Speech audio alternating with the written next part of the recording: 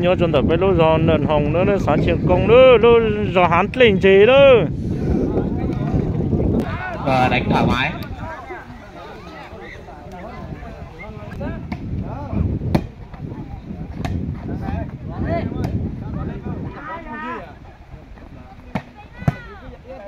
Kéo lên bị lứa vào.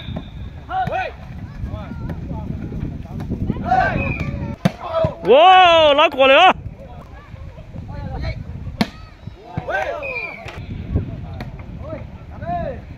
Út ơi. Bắn lên vào, bắn lên vào. Ôi rồi, thế là mày đây. Ôi rồi. Đúng rồi. Được rồi. Một pha Ngon. xử lý bóng rất kỹ thuật đến từ đội Nọng Hồng. Trên cầu thủ là Xuân Campuchia 36. Năm mang một điểm rất là quý giá đến về đội mình.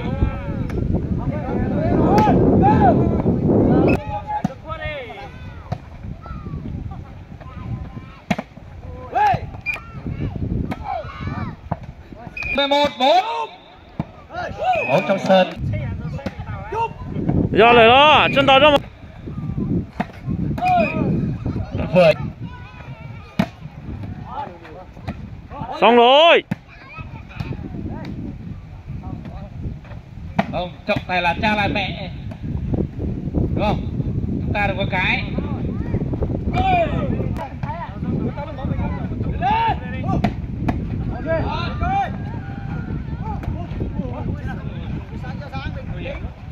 Mất luôn. Nhanh đây. Được rồi, điểm mình đâu? Dùng té này không? Dùng té này không?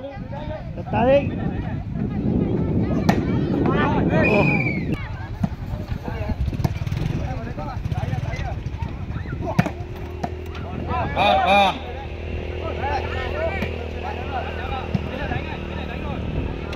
U rồi. Vẫn còn. Ôi rồi ôi. Xong rồi. Ngoài rồi.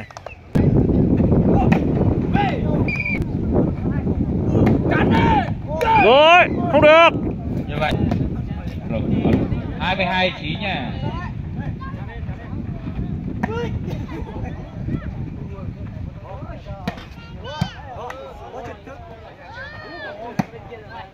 Trong sân rồi. Xong rồi.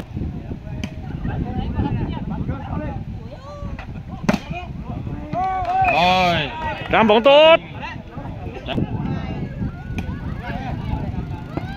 Bóng trông. Sút rồi. Ôi rồi ôi.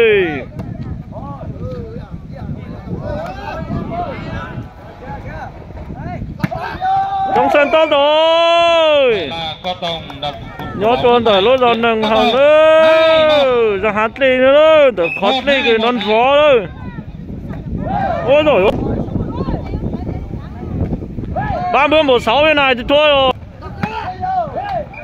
Vậy là Sang bóng rồi. Đấy. tiếp về đội mình.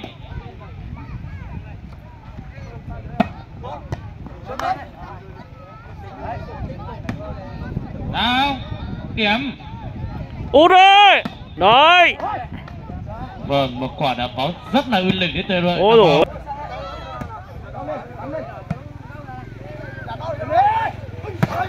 Không sang lưới.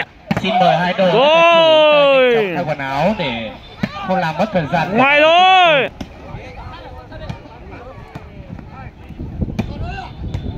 Đó, chạy ra thôi. Sát đeo vào.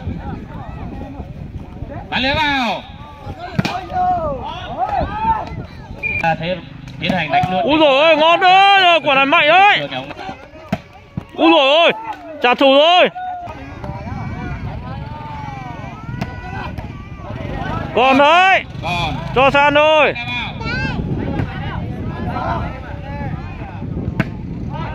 Ngoài.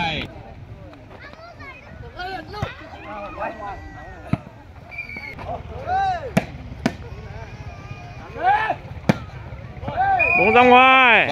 Bóng hót lên đủ luôn, bóng hót lên thang luôn. Để báo cáo hai đội nhá, 9 xuống rồi. Ôi dồi, trong sân tốt. vị trí bóng quý vị ơi. Con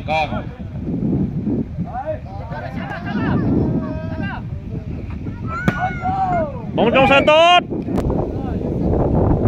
Một rồi.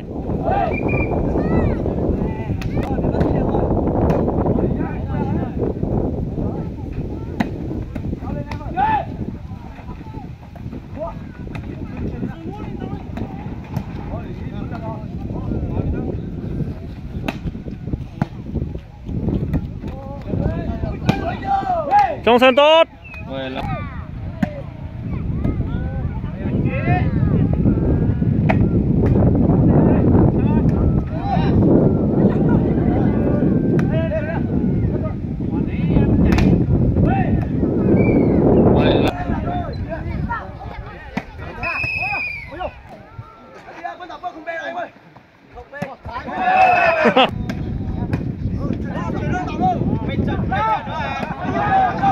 Không ra được không?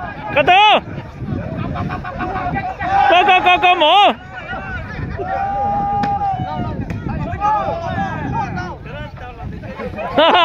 Thật sao? Cà tư nhớ chút tàu nữa.